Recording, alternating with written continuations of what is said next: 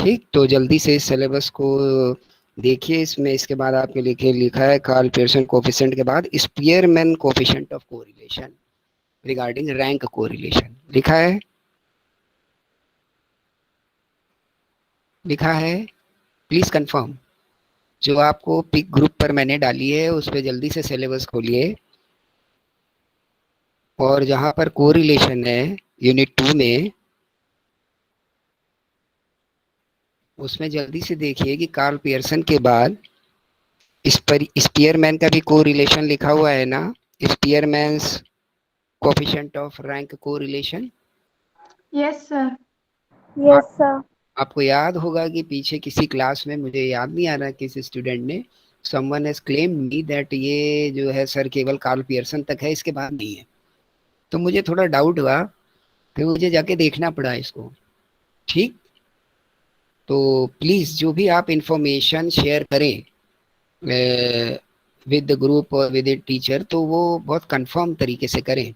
ये नहीं कि आपने कोई बुक ली है, वो पता नहीं किस सिलेबस की है, कहाँ से ली है, उसमें कोई चीज़ गिवन है नहीं गिवन है, ऑन बेसिस ऑफ दैट आप कुछ डिसाइड मत करिए बेटा। आपके लिए इसीलिए मैंने सिलेबस डाल दिया है कि देख लीजिए इसमें क्या क्या आइटम है। ठीक, और इसके बाद ये भी देख लीजिए कि जो भी बुक आप ले रहे हो उसमें ये सारी चीज़ें आपको मिल रही है कि नहीं मिल रही है। नहीं मिल रही है तो कहीं और से आपको कलेक्ट करके पूरी करनी है। बाकी मैं तो अपने कंटेंट में इसको पूरा कराऊंगा ही। ठीक, वहां से भी आपकी मदद हो जाएगी। तो आज का काम हम लोगों के लिए, क्योंकि मुझे तो लग रहा था कोरिलेशन पर अब काम खत्म हो गया, आज रिग्रेशन की बात होगी, लेकिन वो पॉइंट जो है वो मुझे स्ट्राइक कर रहा था, तो इसीलिए मैंने आपको भी भेज दिया, कोई आपको डाउट नहीं रहे कि कुछ ज़्यादा बताया जा रहा है। तो जल्दी से रैंक कोरिलेशन को डिस्कस करते हैं हम लोग आज फटाफट, और फिर इससे आगे बढ़ जाते हैं। तो रैंक कोरिलेशन, जब हमारे उसके रैंक कोरिलेशन का भी हमने आपको नीचे एक पिक भेजा हुआ है, फटाफट से उसको भी खोल लीजिए। इसको जो है वो जिन्होंने बनाया उनका नाम था चार्ल्स स्पीयरमैन, इसीलिए इसको बोलते हैं कि कोरिलेशन इसका स्पीयरमैन का। रैंक क्यों? क्योंकि इसमें जो हमारे एट्रीब्यूट्स या वेरिएबल्स होते हैं इनको रैंक असाइन की जाती है, इंस्टेड ऑफ कि उनके जो मीन से और कुछ और करके जो हम लोग कोरिलेशन से डेविएशन निकालते थे वैसे करके इस पे फार्मूला नहीं रखना है। डेविएशन तो निकालना है, but on not on the basis of the observations but on the basis of the rank. ठीक, तो रैंक कहाँ पर देना और किस हिसाब से सूटेबल होता है? व्हेन किस हिसाब से सूटेबल होता है कि जब हम लोग किस पर काम करते हैं, कि जब आपका डेटा जो है किस नेचर का हो, क्वालिटेटिव। क्वालिटेटिव नेचर का अगर डेटा होगा then you have to apply the rank Spearman method. तब आपका ये वाला मेथड काम नहीं करेगा, नॉर्मल मेथड, ये कार्ल पियर्सन का, क्योंकि ये क्वांटिटेटिव मेथड है that is based on the pure calculation regarding the observations. तो रैंक स्पीयरमैन आपके लिए कहाँ काम करेगा? When we are applying or want to the know any correlation between the data which is of the qualitative nature. ठीक है ना, आप किसी की हाइट है, लंबाई है, चौड़ाई है, कोई एडवर्टीजमेंट है, कोई सेल है, तो ये सारे तो क्वांटिटेटिव डेटा है कि इतनी सेल हुई, इतना पैसा एडवर्टीजमेंट में खर्च हुआ, क्या कोई कोरिलेशन है, ये तो काम हो सकता है। पर अगर कुछ ऐसा डेटा है कि जो इसमें भी देखो इन्होंने दिया हुआ है, ऑनेस्टी हो, इंटेलिजेंस हो, ठीक, जो क्वालिटेटिव नेचर का है, वहां पर आपको रैंक असाइन होती है और रैंक के हिसाब से आपको कोरिलेशन निकालना होता है।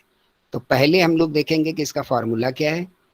इसको लिखेंगे कैपिटल आर, या आपके आगे नोटेशन बने हुए हैं, पी जिसको बोलते हैं rho, is equal to 1 minus 6 sigma D square upon n within the bracket n square minus 1, where capital R is the coefficient rank of correlation। अब वो जो छोटा r है वो आप लिखेंगे, वो भी कोफिशिएंट ऑफ कोरिलेशन है, पर उसको छोटे r को जैसे आप लिखोगे तो समझ आ जाएगा कि आपने कार्ल पियर्सन मेथड लगाया है। और कैपिटल R के बाद अगर आप लिखोगे कि कोफिशिएंट ऑफ द कोरिलेशन, तो इसका मतलब ये होगा कि आपने स्पीयरमैन मेथड लगाया है। ठीक है, where D is the difference from the pair, ये तो वही ये डिफरेंस है, डिविएशन नहीं है यहाँ पर डी, बहुत ध्यान रखिएगा। डिविएशन के लिए स्मॉल डी इस्तेमाल होता है, ये अब तक आप पीछे काफ़ी अच्छे से समझ चुके होंगे। सारे फार्मूला उठा के देख लीजिए, उसमें स्मॉल डी इस्तेमाल होगा। Capital D means the difference between the rank, there is a no mean, कोई मीन वैल्यू नहीं निकालनी है जिससे कोई डिविएशन निकालना है। You have to just calculate the difference between the rank. जो आपके पेयर्स बने हुए हैं दो वेरिएबल्स के, उसमें जो रैंक किसी एक वेरिएबल को मिली, उसी के करस्पॉन्डिंग दूसरे वेरिएबल को जो रैंक मिली उस पेयर में, उसका difference. Getting all of you? ये डिफरेंस कैपिटल डी है। और एन उस पेयर में जितने टोटल नंबर ऑफ पेयर्स जितने हों, यानी उस वेरिएबल्स में जितने नंबर हैं वो आपके लिए एन है। तो जो ये डिफरेंस है, जैसे हमारा डेविएशन का डिफरेंस का समेशन 0 आता है, स्क्वायर हम लोग कर लेते हैं तो माइनस और प्लस की वैल्यू मिलके तो जो सिग्मा डी स्क्वायर है वो कुछ और हो जाता है। ऐसे इसके भी डिफरेंस का स्क्वायर 0 आना चाहिए। दिस इज द प्रॉपर्टी, इसको लिख लीजिए। ये एक प्रॉपर्टी है कि ये जो आपका कैपिटल डी है, इसका summation means the sigma D always आपका 0 आना चाहिए। अगर 0 नहीं आ रहा है तो आपको वैल्यूज को लिखने में कुछ कहीं गलती हो गई है। ठीक, यहां तक की बात क्लियर है? तो आपको ध्यान क्या रखना है कि जहां क्वालिटेटिव डेटा होगा वहां पर स्पेयर का, एक्सपेरिमेंट का रैंक को रिलेशन मेथड लगाया जाएगा। दूसरी बात, जो इंडिविजुअल सीरीज होगी उसी में ये अप्लाई होगा। If the series consist some frequency values तो ये अप्लाई नहीं होगा। जबकि कार्ल पियर्सन के मेथड में जो लास्ट हमने फार्मूला मेथड आपके साथ डिस्कस किया था वो था फ्रीक्वेंसी डिस्ट्रीब्यूशन के साथ, जिसका क्वेश्चन भी हमने आपको दिया था। अब पता नहीं आपने किया है अभी कि उसको नहीं किया। ठीक, याद आता जा रहा है आपको?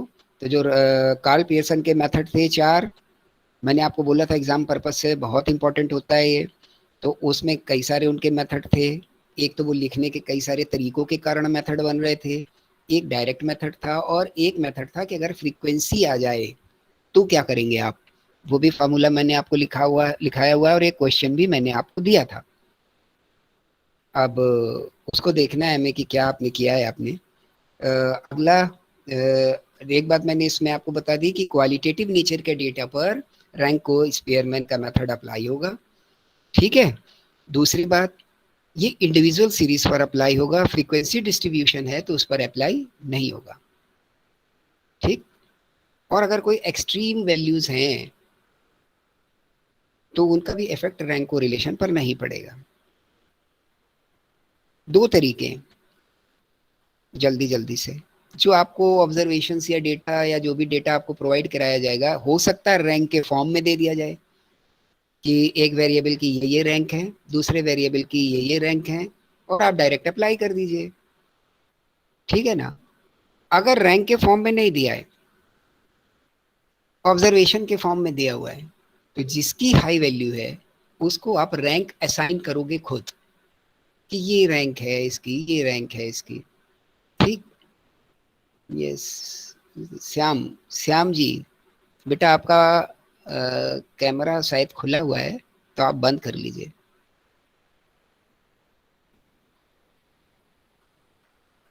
यस श्याम जी दुबे, ये जो भी इफेक्ट्स आपके इस पे आ रहे हैं इनको बंद करके नॉर्मलाइज कर दीजिए। Shyam ji Dubey, yes, are you here mister Shyam ji Dubey? Are you in the class? Yes Shyam ji. यार पर्सनल आप लोगों का कोई, यस बेटा आप कैमरा बंद कर दीजिए, कैमरे की जरूरत नहीं है।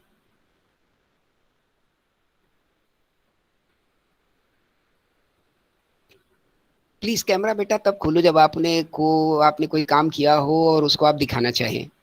ठीक, या अगर कोई ऐसी जरूरत है तो, या इन केस में अगर प्रेजेंटेशन आपके लिए ऑनलाइन बना दूं तो ठीक, वरना आप वो, ठीक, तो आप मत खोलें उसको, वो बेहतर है। चलिए जल्दी से देख लेते हैं हम लोग।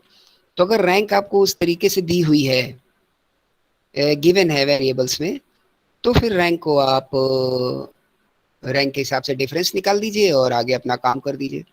बट अगर ऑब्जर्वेशंस के रूप में दी हुई है तो आप रैंक करो किसकी वैल्यू ज़्यादा है, उसको दो रैंक 1, फिर दूसरे को दो रैंक 2, रैंक 3, ऐसे करके करना पड़ेगा। तो एक कॉलम आपका बन जाएगा the observations of one variable, दूसरा कॉलम बन जाएगा the observation of the second variable, बनाते जाइए साथ में। तीसरा कॉलम बन जाएगा रैंक ऑफ R1, या जो आपका R है, ठीक है ना, रैंक R1 की रैंक क्या हो गई। अब आप रैंक असाइन कर रहे हो, मान लो कोई किसी में लिखा है 3, किसी में लिखा है 9, फिर 5, तो 9 रैंक 1, 5 रैंक 2, 3 रैंक, जो तीसरा है वो तीसरी रैंक पे आ जाएगा। ऐसे रैंक असाइन करेंगे आप, ठीक। फिर चौथा कॉलम रैंक 2, जो आपका दूसरा वेरिएबल है उसकी रैंकिंग कर दीजिए। 4 कॉलम हो गए। पांचवा column the difference between the rank R1 minus R2, लिखते जाइए। अगला कॉलम जो आपके लिए बन रहा है that is the capital D. Capital D ये कहां से मिलेगा आपको, capital R minus R1 minus R2, जो आपने रैंक के कॉलम बनाए उनमें R1 माइनस R2, तो ये डिफरेंस मिल जाएगा आपको दोनों के बीच में। अब इस डिफरेंस का स्क्वायर कर दीजिए अगले कॉलम में, तो जो ये स्क्वायर आएगा इसका नीचे समेशन लगा दीजिए आप। अब आप देखिए कि आपको आपके फॉर्मूले के हिसाब से सारी चीजें मिल चुकी हैं। Summation of the D square, तो ये जो आपने नीचे समेशन लगाया डी स्क्वायर का, ये वैल्यू आपको न्यूमरेटर में मिल जाएगी multiply by 6 divided by n minus n square minus 1 with in the bracket. तो n वो नंबर ऑफ पेयर्स हैं कि जिनके ऊपर आपने ये अप्लाई किया, ठीक। तो फटाफट से एक काम ये जल्दी से मेरे साथ करिए, सारे लोग कैलकुलेटर ले लें और तेजी से करें। इस क्लास के बाद को रिलेशन से रिलेटेड बातचीत हम नहीं चाहते हैं, फिर हम लोग आगे बढ़ जाएं। तो एक क्वेश्चन आप मेरे साथ लगा लीजिए, एक मैं आपको दूंगा, जो मैं दे रहा हूं ये करके मुझे देते जाओ, तो आप जल्दी सीख जाओगे बेटा। चलो जल्दी से देखते हैं कि कोई कंपटीशन होता है किसी चीज का, उसमें 2 जज बैठे हुए हैं, उन्होंने रैंक दे दी कंटेस्टेंट्स को, ठीक, रैंक दे दी। 10 कंटेस्टेंट हैं उसमें, तो आपका n हो गया 10।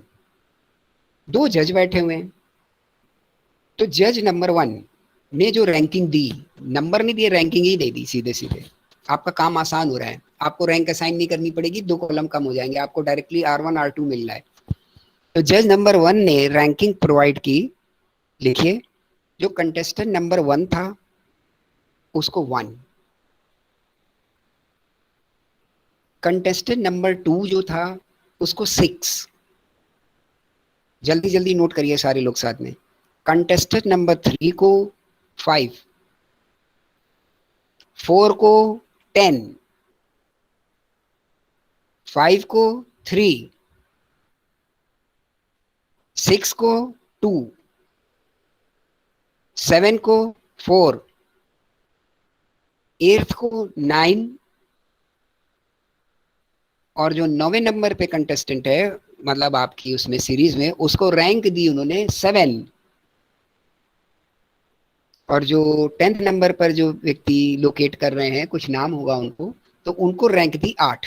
मतलब इन 10 लोगों ने पार्ट लिया, तो उन्होंने अपने हिसाब से बता दिया ये फर्स्ट आए, ये सेकंड आए, दिस इज द रैंक, ठीक। और वो सीरियल नंबर है जो दूसरी साइड पे है आपका, समझ रहे हैं ना आप। अगर मान लो मिस्टर ए सीरियल नंबर 8 पे दिखाए गए हैं, तो उनको क्या पोजीशन मिली ये रैंक बता रही है। ये तो जज नंबर 1 का डिसीजन था। अब जज नंबर 2 का डिसीजन लिख लीजिए जल्दी से, उनकी रैंकिंग, फटाफट उनकी रैंकिंग लिखिए जज नंबर 2 की। जज नंबर 2 की रैंकिंग है जो पहली पोजीशन पे हैं, पोजीशन मतलब मैं बोल रहा हूँ जिनका सीरियल नंबर पर नाम लिखा है पहले, उनको रैंक दी उन्होंने 3। जो दूसरे सीरियल नंबर पर हैं उनको रैंक दी 5। तीसरे सीरियल नंबर वालों को रैंक दी 8। चौथे सीरियल नंबर वालों को रैंक दे दी 4।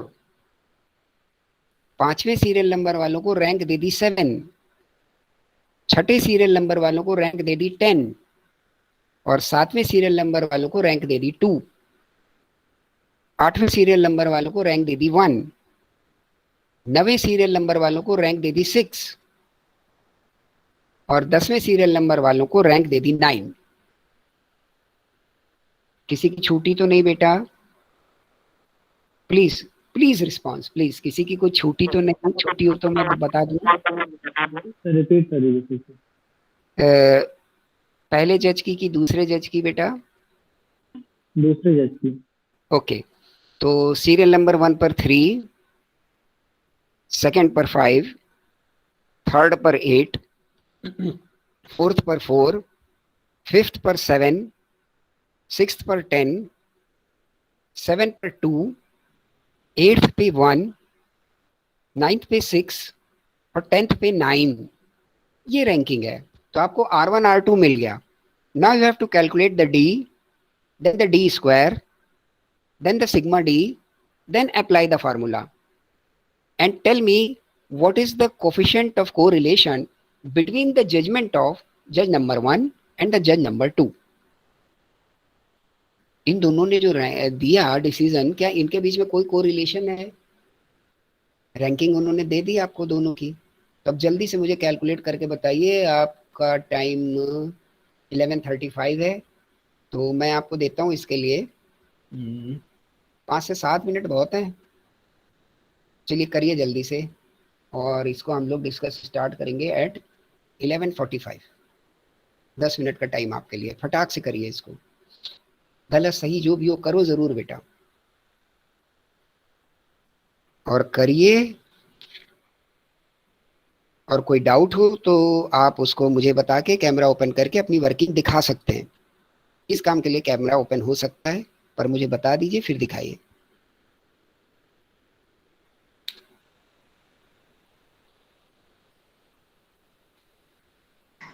Excuse me sir. यस बेटा। सर डी फाइंड आउट करने के लिए R-R2 करेंगे। यस बेटा, R1 माइनस R2 से आपको D मिल जाएगा, then make the D square. Okay sir, thank you.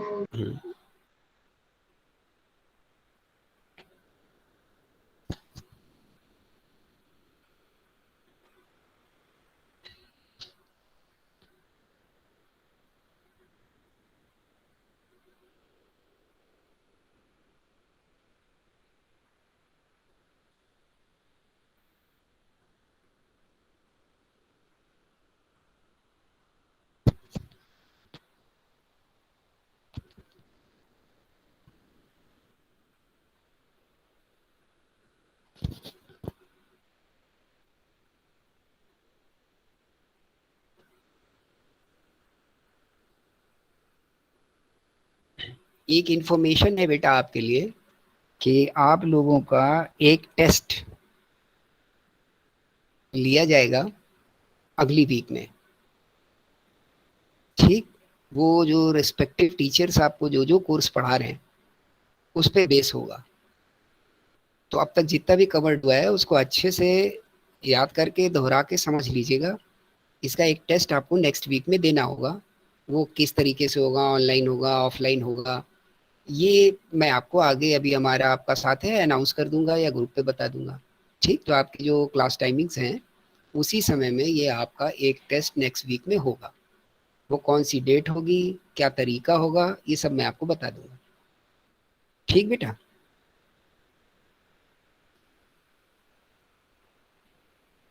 और ये ऑलमोस्ट सारे सब्जेक्ट्स में होगा, not only the in stats.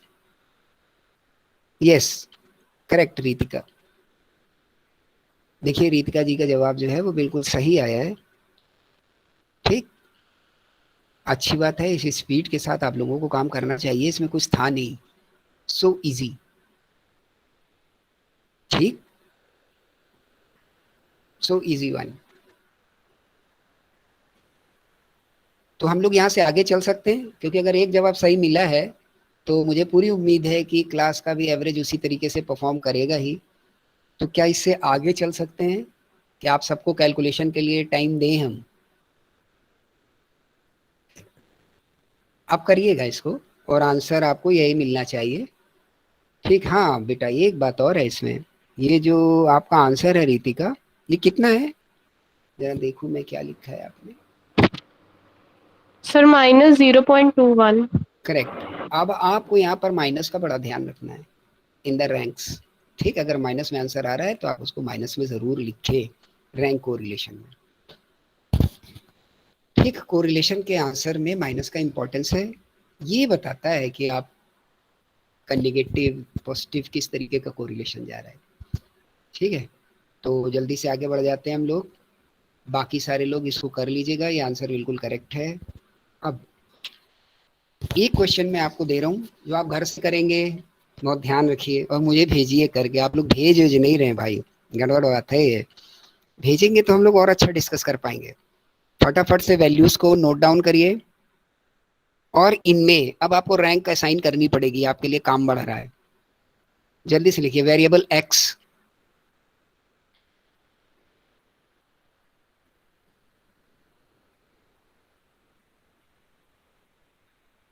Variable x value बोलूं बेटा? उस क्वेश्चन को अब आप लोग बाद में करिएगा, ठीक? वैल्यू बोलूं? सारे लोग पेन तैयार कर लो और अपना बना लो। Values of the x are 75, 88, 95, 70, 60, 80, 81 and 50।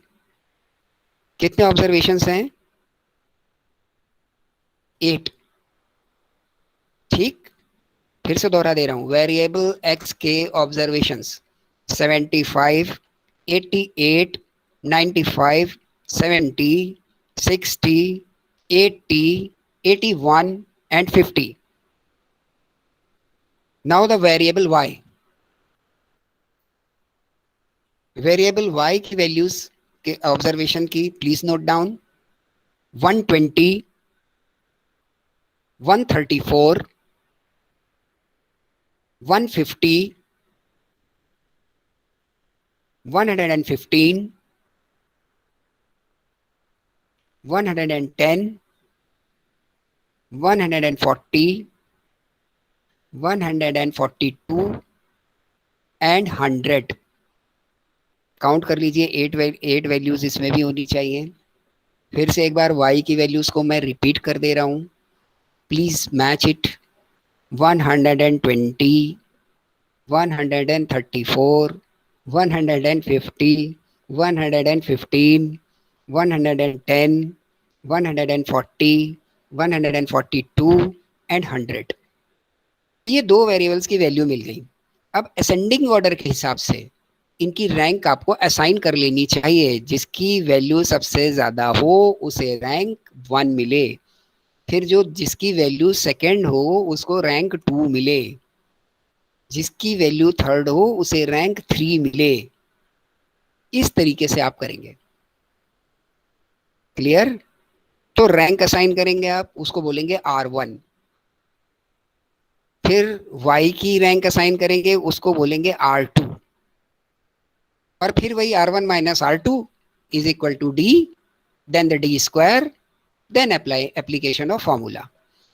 तो बाकी काम मैं आपसे नहीं करा रहा हूं, लेकिन आप 2-3 मिनट के अंदर करके मुझे रैंक बता दीजिए केवल, what is the R1 and what is the R2, तब आगे बढ़ते हैं हम लोग। यस बच्चों, आपको बताना क्या है, गिवन प्रॉब्लम में रैंक कि x की R1 के हिसाब से क्या रैंकिंग आप कर रहे हैं और फिर y में क्या रैंकिंग कर रहे हैं। पिछले क्वेश्चन ने तो आपको डायरेक्ट रैंक दे दी थी, इसने ऑब्जर्वेशन दिए हैं। तो अगर इसका क्वेश्चन आपको करने के लिए आएगा तो बेसिकली ये मान के चलिए आपको ऑब्जर्वेशन ही मिलेंगे, रैंक जल्दी मिलेगी नहीं। ठीक, तो अब आप रैंक असाइन करिए असेंडिंग ऑर्डर में। जो सबसे बड़ा है उसे रैंक 1, फिर उससे छोटा, फिर उससे छोटा, फिर उससे छोटा। Yes Ujjwal, you have to say anything? Yes sir, हो गया। हाँ बोलिए बेटा। RX में आवाज बेटा आ नहीं रही है, थोड़ा आपका स्पीकर। सर RX में एक काम करो 95 बेटा, है। आवाज सही है, आप उसको चैट पे टाइप कर दो, चैट पे लिख दो बेटा जो भी पूछना है। कुछ टेक्निकल इशू होगा, आप चैट पे लिख दो बेटा।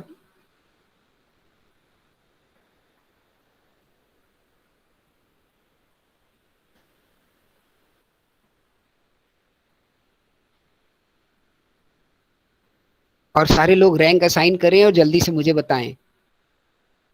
ना मुझे डी कैलकुलेट करके बताओ, ना डी स्क्वायर, ना फार्मूला रन करके बताओ, आप मुझे रैंक बताओ। R1 में क्या रैंकिंग कर रहे हैं आप, R2 में क्या कर रहे हैं।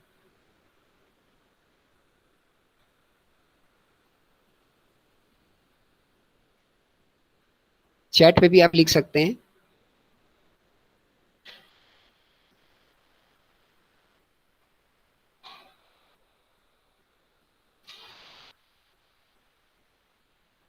प्लीज मेरे साथ साथ कर लीजिए बेटा, तो ये आपको बहुत ही फायदा देगा। कोई दिक्कत नहीं आएगी आपको at the time of exams. Yes, R1 calculate करके बताइए मुझे।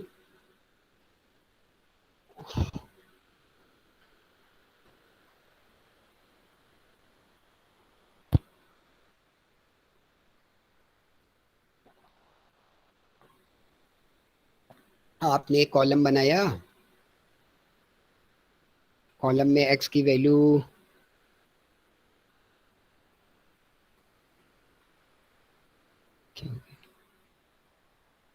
कॉलम में x की वैल्यू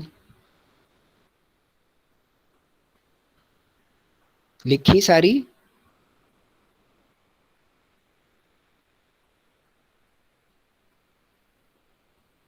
डॉली 50 60। बेटा आपको ऑब्जर्वेशन को अरेंज नहीं करना, इसीलिए मैं आपसे करा रहा हूं कि जिससे सबको समझ आ जाए। यस डॉली, आपको ऑब्जर्वेशंस को बेटा अरेंज नहीं करना है, आपको ऑब्जर्वेशन को रैंक देनी है। ठीक, असेंडिंग ऑर्डर में ऑब्जर्वेशंस को लगाना नहीं है, रैंक देनी है। मतलब मैंने बोला ना, जो सबसे बड़ा है उसके आगे लिख दो 1। आदित्य 5 2 1 6 7 4 3 8, ये करेक्ट है बेटा। आदित्य का जो चैट है वो सारे लोग देख लें, ये बिल्कुल करेक्ट है R1। आप देखो ना, इसमें क्या वैल्यू सबसे बड़ी थी 95, तो 95 के आगे आप लिख दीजिए 1। सेम जगह पर जो आपने कॉलम बनाया उसमें 95 के आगे आप लिखेंगे 1। फिर आप देखिए उसके बाद कौन सबसे बड़ा है 88, तो 88 के आगे आप लिखेंगे 2। फिर देखिए सबसे बड़ा कौन है, फिर आपको दिखाई देगा 81, तो 81 के नीचे आप लिखेंगे 3। ये है ऑर्डर। ठीक, फिर 80, तो 80 के आगे आप लिखेंगे 4। अच्छा R2 भी मुझे मिल रहा है। R2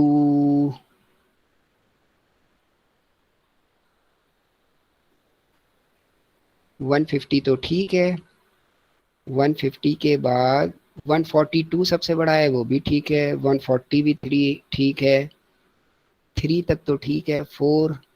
4 में आपने डाला 134, 5 6 7, ये भी ठीक है भाई।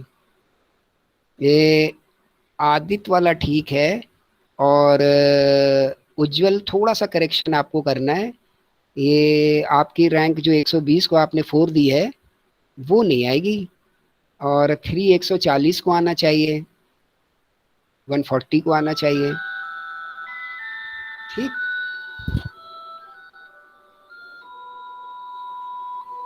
ठीक है, तो प्लीज़ ज़रा इसको एक दफ़ा आप उज्जवल देखिए और सही करें फटाक से। Just 1 minute.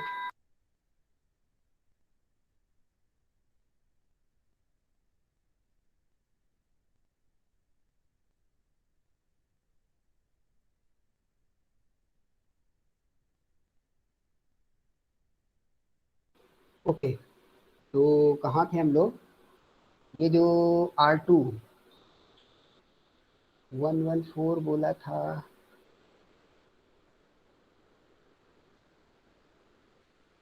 तो बोलने और सुनने में मैं बोल रहा हूँ ना, कुछ गड़बड़ हो रही है आपसे। क्योंकि बाकी लोगों को या तो आवाज़ सही जा रही है तभी उनकी रैंक सही आ रही है। 140 140। ठीक, हाँ, तो फिर आपका करेक्शन आ जाएगा, इससे उसको 140 कर लीजिए। ठीक है जल्दी। ओके, तो अब मैं पूरी तरीके से आश्वस्त हूँ कि अपनी अब इस क्लास को रैंक असाइन करना आ गया है। जिनको थोड़ी हेजिटेशन है वो अब इन जो चैट्स आए हैं इनके सहारे देख के उसको असाइन कर सकता है, और जैसे ही आपने रैंक को असाइन कर लिया तो आप डिफरेंस भी ढूंढ लेंगे, और डिफरेंस ढूंढेंगे तो डी स्क्वायर और डी स्क्वायर का टोटल और फार्मूला दौड़ जाएगा आपका। कितना आसान है, एग्री? तो यहाँ तक की काम हमारा आपका हो गया है। हाँ, अब आप इसका कोफिशिएंट निकालिएगा और अभी मत बताइए, कल बता दीजिएगा। अभी हम इससे और आगे आपको ले जाना चाहते हैं और आज की क्लास में इस टॉपिक को ख़त्म कर देना चाहते हैं, कोरिलेशन को बिल्कुल। तो हम आपसे सॉल्व कराने में और कोफिशिएंट जाने में टाइम को नहीं वेस्ट करेंगे। इसका जो एक और एडवांस सिस्टम है उसकी ओर ले जाएंगे आपको। मान लीजिए कि कोई 2 ऑब्जर्वेशन या 3 ऑब्जर्वेशन ऐसे हो जाएं कि जिनकी वैल्यू सेम है, ठीक? जैसे ये जो 140 मुझे लिखा दिखाई दे रहा है चैट में, यही 2 बार आ जाए या 3 बार हो तो क्या होगा? तब आप कौन सी रैंक असाइन करेंगे? Rank is the position. तो यार अगर कोई 2 पे है तो कोई 3 पे, और अगर कुछ लोग एक ही जैसी वैल्यू लेके आ जाएं तो उनकी रैंक के साथ क्या करेंगे आप?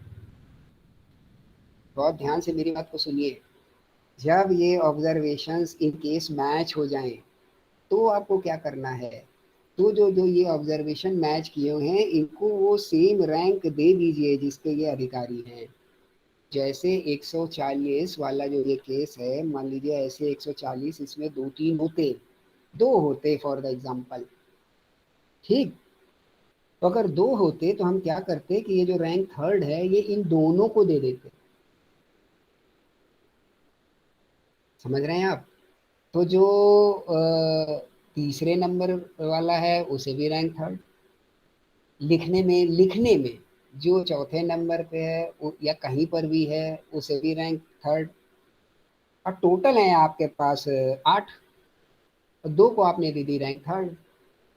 तो जो अगला आप रैंक असाइन करोगे तो उसमें 4th रैंक असाइन नहीं होगी, फिर 5th रैंक असाइन होगी। ये बात समझ आ रही है? एक ही लोकेशन पर अगर कुछ ऑब्जर्वेशन वैल्यूज मैच हो जाती हैं तो उनको रैंक सेम दी जाएगी, बट अगली रैंक में हम वो नंबर को एडजस्ट कर देंगे कि जितनी उन्होंने अपने अंदर एग्जॉस्ट करा ली। जैसे कोई भी एक एग्जांपल आप ले लीजिए, ये जो हमारा पीछे वाला y वेरिएबल है इसमें मैं थोड़ा सा चेंज कर दूं। अगर इसमें मैं बोलूं कि ये जो 140 है ये तो 140 है ही है, साथ ही साथ में जो सेकंड ऊपर से आपने लिखा हुआ है 134 वो भी 140 है। तो अब क्या हो जाएगा? जो सेकंड प्लेस पे 134 है इसको भी रैंक 3 मिलेगी, और जो नीचे से तीसरे नंबर पर 140 है इसे भी रैंक 3 मिलेगी। क्योंकि रैंक 3 ने तीसरी जगह भी कवर कर ली, चौथी जगह भी कवर कर ली, तो अब इसमें चौथी रैंक नहीं आएगी, सीधे 5वीं रैंक आएगी, वो 120 की आएगी। ये मैं बोल रहा हूँ। बात समझ आती चली जा रही है आपको? अगर ऑब्जर्वेशन मैच कर जाएं तो जितनी बार वो रिपीट होंगे उतनी वो उससे आगे वाली रैंक पोजीशन को कवर कर लेंगे। ये मैं कहना चाह रहा हूँ कि जैसे ये 4 2 बार रिपीट हुआ और किस पोजीशन पे हुआ? तीसरी पोजीशन पे, तो इसने तीसरी रैंक को भी कवर अप किया, साथ ही साथ चौथी रैंक को भी कवर अप कर लिया। तो अगली रैंक जब आप असाइन करेंगे तो 4th रैंक असाइन नहीं करेंगे, 5th रैंक असाइन करेंगे। Is it clear? इतनी बात पे आप मेरे साथ एग्री हो जाइए, फिर आगे चर्चा हो। Is this point is clear? नहीं सर, एक बार और बता दीजिए। ठीक से फिर सुनिए, ये जो आपने रैंक आप असाइन कर रहे हैं बेटा, तो कोई ऑब्जर्वेशन अगर ऐसे आ जाए जो मैचिंग है तो हम लोग कैसे रैंक असाइन कर रहे हैं? जो सबसे बड़ा है उसको 1 कर देते हैं, जो उसके बाद है उसे सेकंड रैंक दे देते हैं, जो उसके बाद है उसे 3rd रैंक दे देते हैं। ऐसे ही तो कर रहे हैं ना। अब कोई वैल्यू ऐसी आ जाए जो एक है, एक ही जैसी है। जैसे आपको कोई भी, आप पीछे वाला अपना एग्जाम्पल उठा लो 1 मिनट के लिए, वेरिएबल एक्स ले लीजिए पीछे वाले में। तो वेरिएबल एक्स में हमने ये देखा कि आपके पास 80 और 81 दो वैल्यूज हैं। इनको मैं बोल दूं अगर कि दोनों ही 81 है, 80 भी 80 नहीं है, 80 की जगह उसे सिंबॉलिकली पेंसिल से काट के आप 81 लिख लें, तब आप कौन सी रैंक असाइन करेंगे? 95 को तो 1 कर दिया आपने, ठीक है सर। 88 को 2 कर दी, ये भी बात ठीक है। अब जब 81 की बारी आई तो 81 पे तो 2 लोग हैं, तो दोनों 3 नंबर पे आ जाएंगे, ठीक? दोनों की रैंक कौन सी हो गई? 3rd। ठीक, पहले मैं अपनी बात कर लूं। तो दोनों की रैंक हो गई थर्ड। तो अगली रैंक फोर्थ अलॉट होनी चाहिए, पर नहीं होगी। अगली रैंक जो अलॉट करेंगे आप, 80 के बाद आपकी रैंक कौन सी है, 75, ठीक ना। तो उसको आप अलॉट करेंगे 5 ही, क्योंकि ये जो 81 बन गया, 80 जो 81 बन गया है, उसने रैंक 3 को भी कवर कराएगा, करेगा वो, और चौथी प्लेस को भी तो कवर कर लिया। जितनी बार जो नंबर रिपीट हो गया तो हम उसको सेम रैंकिंग तो देंगे, लेकिन उतना ही वो आगे की रैंक के एरिया को कवर करता जा रहा है। तो नेक्स्ट रैंक उनकी टोटल काउंटिंग कर लेंगे कि कितनी हो गई नंबर के हिसाब से, 1 2 3 4, तो अगली हम 5वीं देंगे। यही रिपीटेंस अगर 3 टाइम हो जाए बाई चांस, तो फिर 6वीं देंगे। अब क्लियर हुआ अनिवेशा? Yes sir. यस। और किसी को कोई डाउट इस पर? यस बेटा उज्जवल, आप कुछ पूछना चाह रहे थे? No sir. ओके, किसी को भी रैंक अलॉटमेंट में डाउट अगर रहा तो आगे दिक्कत होगी। जहां तक ये क्वेश्चन बिल्कुल आसान है कि आपको झगड़ा ना कराएं, रैंक मैच ना करें, कोई झगड़े की बात ही नहीं है। अगर रैंक मैच कर जाए आपस में, तो फिर आपको ये वाला काम करना पड़ेगा, ठीक, कि जो सेम वैल्यूज हैं उनको रैंक तो आप सेम दो, लेकिन अगला असाइनमेंट ऑफ रैंक में उनको भी काउंट कर लो कि कितनी बार वो आए हैं, और उसके हिसाब से आप रैंक को एडजस्ट कर दे। अगली रैंक डिस्कस्ड प्रॉब्लम के हिसाब से फोर्थ ना दे, फिर आप फिफ्थ दें, ठीक, ऐसे होगा ये। तो ये तो रैंक का अलॉटमेंट हो गया, ठीक, यहां तक की बात हो गई आपसे। अब ये जो रैंक का अलॉटमेंट हो गया, तो इसका असर क्या पड़ेगा? ठीक, ये तो आपने रैंक लिख दी भाई, हाँ ठीक लिख दी।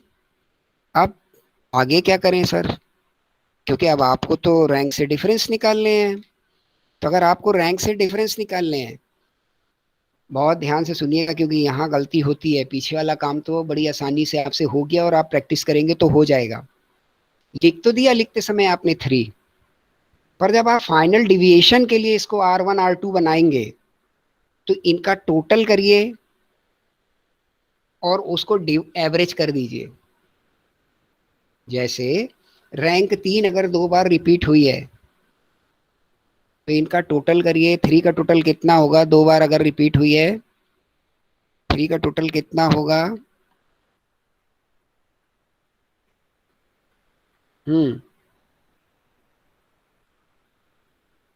कि कौन कौन सी रैंक जो किसने किसने कितनी कितनी जगह इसने ले ली?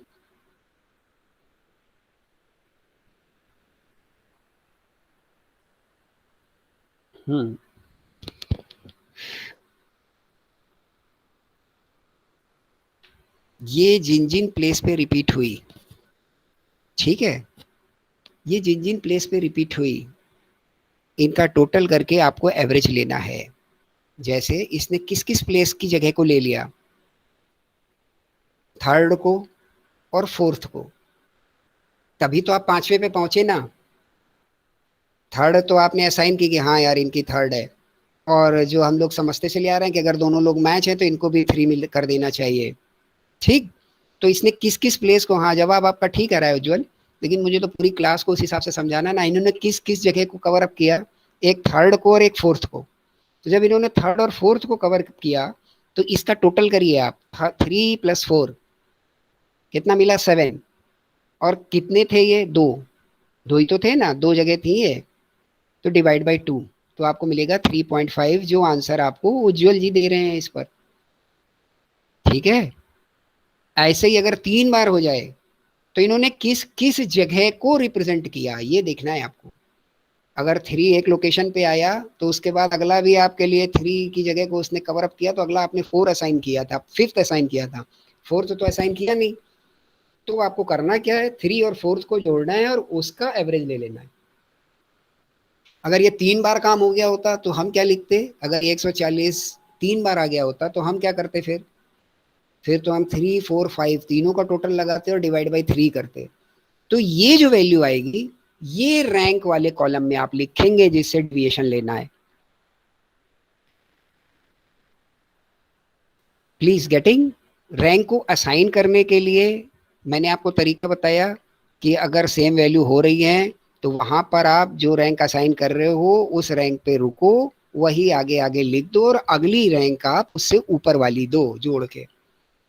लेकिन जब आपको rank for the purpose of deviation table में लेनी है तो जिस जिस लोकेशन को उसने रिप्रेजेंट किया, जैसे थर्ड, फोर्थ, फिफ्थ, तो इनका जोड़ लगाना पड़ेगा आपको, ठीक है। और उसको divide by the number of representations, कितनी बार ये हुआ, 3 जगह कवर अप हुई कि 2 जगह कवर अप हुई, उनसे डिवाइड कर दीजिए। तो जो आए आपकी एवरेज वैल्यू, वो रैंक असाइन करिए आप। तो जो हम लोग प्रॉब्लम डिस्कस कर रहे थे वाई वेरिएबल के साथ 140 को 2 बार, तो अगर ये 140 2 बार आ जाएगा तो फिर हम लोग क्या करेंगे, 3.5 असाइन करेंगे, ना कि 3 3, ना कि 3 4। Clear? Is it clear or there is need to repeat again? या आप क्वेरी के रूप में पूछें और तब मैं बताऊं तो वो और बेहतर होगा। अगर किसी को कोई भी डाउट है, कोई भी शर्माइएगा नहीं, बिल्कुल पूछने में किसी तरीके का हेजिटेशन नहीं रखिए। इस बात को समझने में कोई दिक्कत हो रही है? Please response. Is it clear? Can we proceed further? क्योंकि अब इसमें फार्मूला भी बदलने वाला है, तो वो भी आपके साथ डिस्कस करना है कि अगर ऐसे केस हो जाएंगे जहाँ पे मैचिंग हो जाएगी तो आपका फार्मूला भी चेंज होगा। इसलिए मुझे बताइए, यहाँ तक की बात समझ आ गई आपको? अगर ऑब्जर्वेशन सेम मिले तो रैंक का अलॉटमेंट आप कर लेंगे? यस बच्चों, कोई डाउट?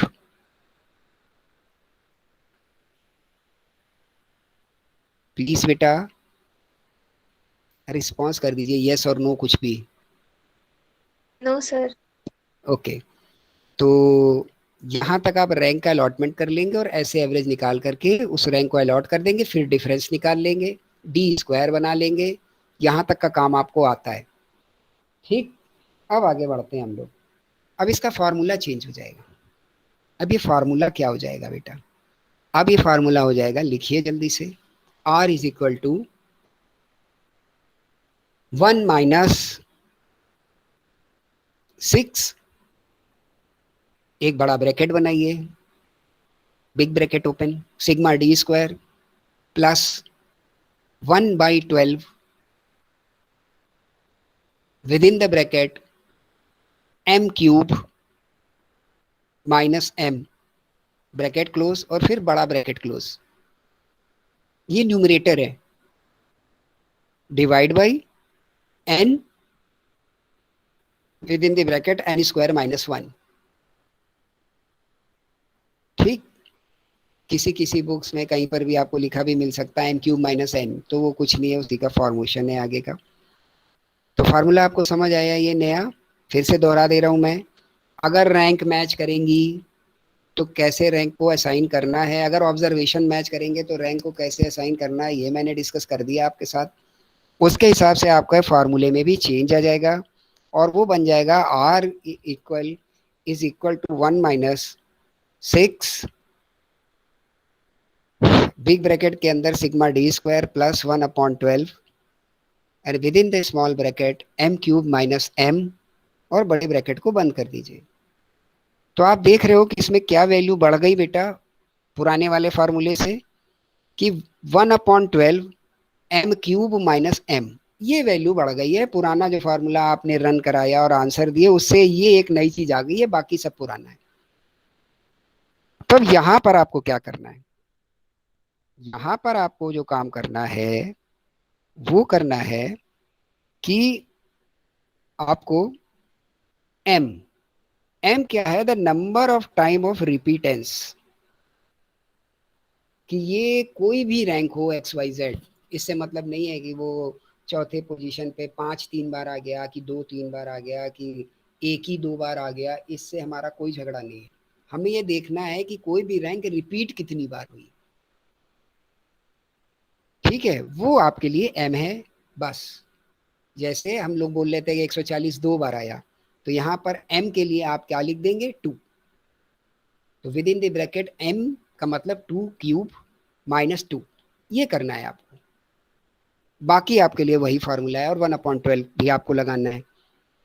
तो जो आपको मिलेगा that is the coefficient of correlation as per the rank method. अगर वैल्यूज रिपीट होती हैं, अगर ये वैल्यूज 2 की जगह 3 बार रिपीट हो रही हो तो आपको m में 2 की जगह 3 लिख देना है। ठीक, ध्यान से सुनते जाइए। अगर एक ही गिवन प्रॉब्लम में ऐसा 2 बार हो जाए तो इस फार्मूले का एक्सटेंशन एक बार आप और करेंगे, मतलब 6d² 1/12 m³ minus m plus 1/12 m2 m² minus m। बात समझ आती जा रही ना? जहां जितनी बार ये रैंक रिपीट होती चली जाएगी उतनी बार ये बढ़ेगा। ये मैं केवल आपको समझाने के लिए बता रहा हूँ कि आपको समझ आए कि कल को कहीं कोई बात हो या कुछ लिखना पड़ जाए तो आपको पता रहे हाँ ऐसा होता है। ठीक, बाकी आपके ऊपर है कि कितनी प्रैक्टिस आप उसमें कर रहे हैं, क्या लगा रहे हैं। क्वेश्चन के लेवल पर उम्मीद ये रखते हैं हम कि ऑब्जर्वेशन के साथ रैंक को रिलेशन निकालने का आ सकता है। रिपीटेड कम आना चाहिए, आ भी सकता है, तो आप इस तरीके से उसे कर सकते हैं। पर सेवरल टाइम रिपीटिंग ये आपके लेवल पे ज़रा अभी नहीं होगा, थोड़ा टफ हो जाता है। बता दे रहा हूँ मैं आपको अच्छे से कि मान लीजिए ये 140 2 बार आया, ऐसे कोई और फिगर भी 2 बार आ जाए तो रैंक तो आप असाइन कर लोगे उस तरीके से एवरेज निकाल के, लेकिन ये फार्मूले का एक एक्सटेंशन 1/12 वाला जो एक्सटेंशन है ये एक बार और हो जाएगा। इतना ही एक्सटेंशन ये फार्मूले का होगा, बाकी ये फार्मूला एज सच सेम रहेगा।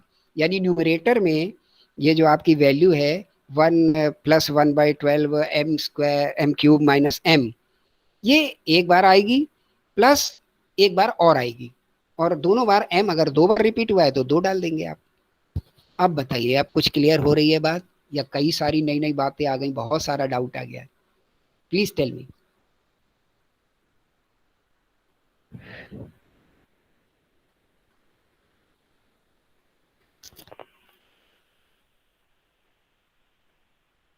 Yes please tell me.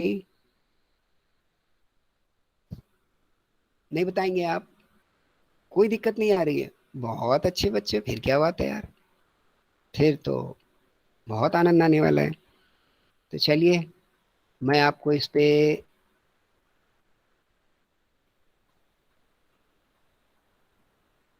Chat के ऊपर कुछ फिगर भेज रहा हूँ, उनको आप देखें और उसके बाद हमारा आपका डिस्कशन होगा।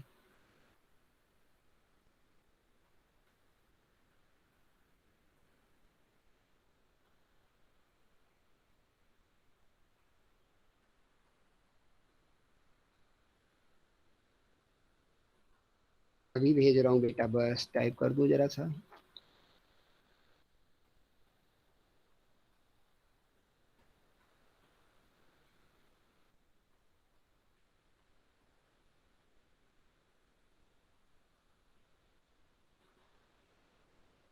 One two three four five six seven eight.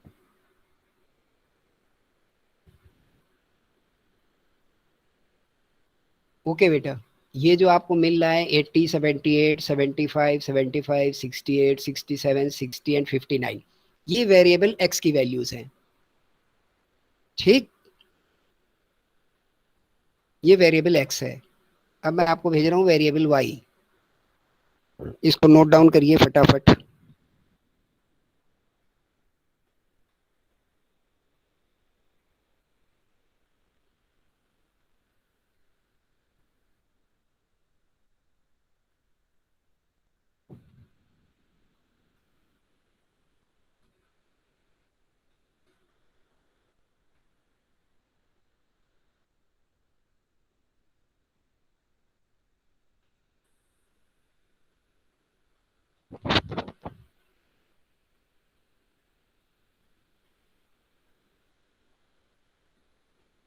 ये आपके लिए वेरिएबल वाई है, ध्यान से देख लीजिए और इसको नोट कर लीजिए। ऊपर वाला 80 78 75 75 68 67 60 and 59, this is the variable x. इसको आप एक्स वाले कॉलम में नोट डाउन कर लीजिए। और 12, 13, 14, 14, 14, 16, 15, 17, this is the variable Y. इसे वाई वाले कॉलम में नोट डाउन कर लीजिए। ये दोनों कॉलम आपके तैयार हो गए। अब आप देखिए इसमें 75 दो बार रिपीट हुआ है। रैंक आप असाइन कर लेंगे, वो मैं नहीं डिस्कस कर रहा हूँ कि पहली पे कौन आएगा, दूसरी पे कौन आएगा, तीसरी पे कौन आएगा, चौथी पे कौन आएगा। दूसरे वाई वेरिएबल में आप देखें कि 14 तीन बार रिपीट हो रहा है। अब ये किस रैंक पे आएगा ये आपको तय करना है, ठीक। अब ये 75 जिस भी दो रैंकों को कवर करेगा उन दो रैंकों का जोड़ लगा के आपको उसका एवरेज ले लेना है और वो रैंक आप असाइन करेंगे इन द R1 टेबल। और ये जो आपका 14 जिन तीन रैंक पोजीशन को कवर अप करेगा उनका टोटल लगा करके डिवाइड बाई 3 मतलब एवरेज रैंक निकाल करके आप 14 के आगे तीनों जगह पे लिखेंगे in the R2 column. Clear. इसके बाद रैंक के डिफरेंस निकालेंगे R1 माइनस R2, फिर डी का स्क्वायर। यहां तक का काम आपका हो गया। यहां तक के काम पे किसी को कोई डाउट है तो जल्दी से पूछे, क्योंकि ये करके मेरा निवेदन है कि इसको आप मुझे करके जरूर भेजें, तो फिर रैंक के कोरिलेशन में कोई दिक्कत आपको हो नहीं सकती। आपके लेवल पे सबसे एडवांस प्रॉब्लम है ये, ठीक। इसको अगर आपने कर लिया तो मेरा दावा है कि रैंक कोरिलेशन का अगर क्वेश्चन आ गया तो आप चुटकियों में लगा देंगे, ठीक। तो बेटा इसको ट्राई करो, करने के बाद मुझे भेजो भी, ठीक। ये नहीं है कि गलत सही सर को पता ना चले, हम चुपचाप रखे ना, फिर तो सर क्लास में डिस्कस कर ही देते हैं थोड़ी देर कहने के बाद। वो तो बेटा हम कर देंगे कि हमारी आपकी परफॉर्मेंस मिल के एक क्लास है, ठीक। लेकिन आप भेज देंगे तो ज़रा मुझे भी अच्छा लगेगा। चलिए, तो इस पे कोई डाउट आ रहा है कि आप रैंक कैसे असाइन करेंगे? प्लीज़ रिस्पॉन्स कर दीजिए जल्दी से, 5 मिनट बच रहे हैं, हम लोग के पास ज़्यादा टाइम नहीं बच रहा है।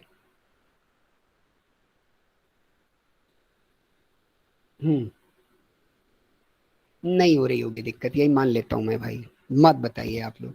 चलिए, तो अब इसमें फार्मूले के हिसाब से देख लीजिए, 75 या 75 आपके बार दो बार रिपीट हुआ है, तो extension 1/12 M cube minus M,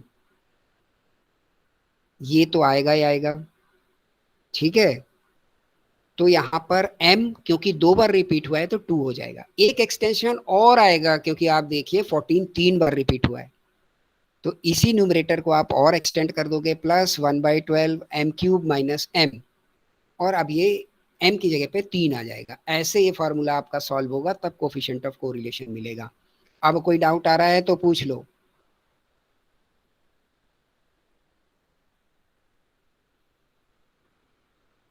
ये जो m के साथ एक्सटेंशन हो गया, इसके बाद कोई डाउट आ रहा है?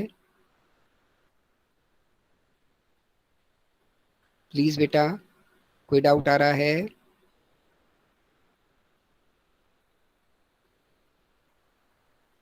नो, बाकी सारे लोग। तो इसको आप घर से लगाइए, और इसके साथ ही हम ये बोल सकते हैं कि हमारा रैंक कोरिलेशन का टॉपिक अच्छे से कवर हो गया है।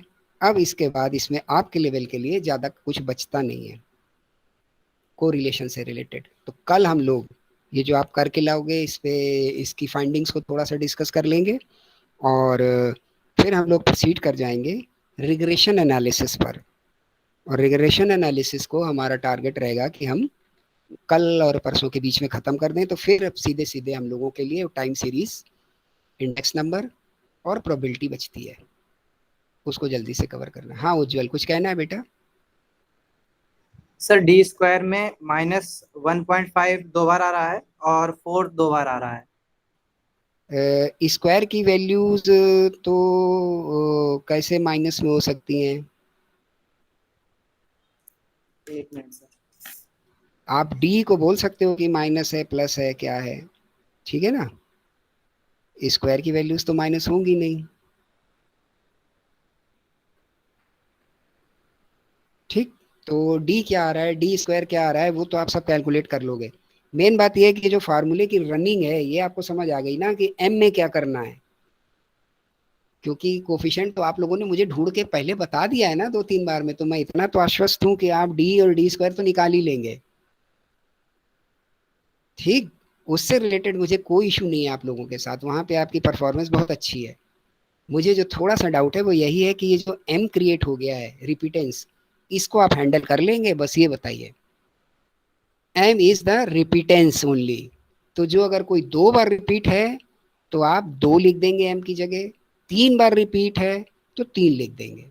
यहाँ 2 भी रिपीट है, 3 भी रिपीट है, तो ये 2 एक्सटेंशन बनेंगे इसके, sigma C X D square में ये 2 बार 1/12 एम क्यूब माइनस एम, फिर 1/12 एम क्यूब माइनस एम किया जाएगा। हाँ बताइए उज्जवल जी, फिर कुछ कहना है क्या बेटा? सर डी स्क्वायर में 3 2 बार आ रहा है और 16 2 बार आ रहा है। हमको बेटा वो डी स्क्वायर में क्या चीज 2 बार है, डी क्या है, इस पे हम लोगों को बेटा ध्यान नहीं देना। हमको केवल रैंक कितनी बार रिपीट हो रही है ये ध्यान देना है। केवल रैंक वाले कॉलम में क्या रिपीटेंस है उस पे ध्यान देना है। डी में क्या रिपीटेंस है उस पे बिल्कुल ध्यान नहीं देना। Is it clear? हमको किसकी रिपीटेंस पे ध्यान देना है? Repetence in the rank and repetence in the, किसमें ध्यान देना है? रैंक के कॉलम में। तो आप देखोगे R1 में 2 बार आया होगा 5.5, ये मेरे लिए मैटर ऑफ कंसर्न है। R2 में 3 बार आया होगा आपके लिए 14 14 14, ये मेरे लिए मैटर ऑफ कंसर्न है। इसको हम m की वैल्यू के लिए लेंगे। ठीक, इसको हम m की वैल्यू के लिए लेंगे। ठीक है, इसको केवल हम m की वैल्यू के लिए लेंगे कि रिपीटेंस कितनी बार हुआ है। R में आपकी जो रैंक का कॉलम है इसकी रिपीटेंस पे ध्यान देना है। सारे लोग ध्यान से सुन लो, उज्जवल का अच्छा क्वेश्चन है, इसके बाद में सबकी मदद हो जाएगी।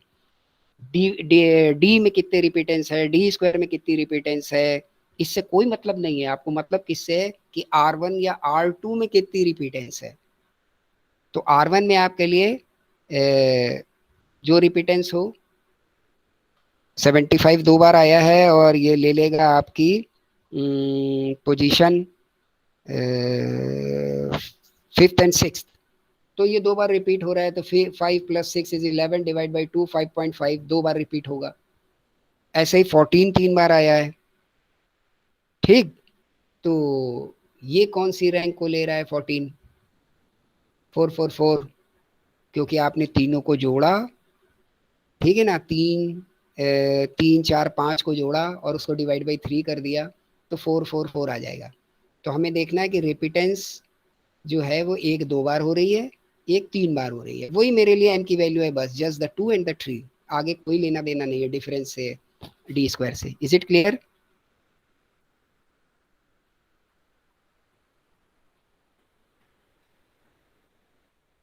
Is it clear? ओके बेटा, तो अब आप इसको ज़रूर करें और करके ला के आंसर के साथ मुझे भेजने का प्रयास करें। तो कल डिस्कस होगा और कल रिग्रेशन को देख के आइए।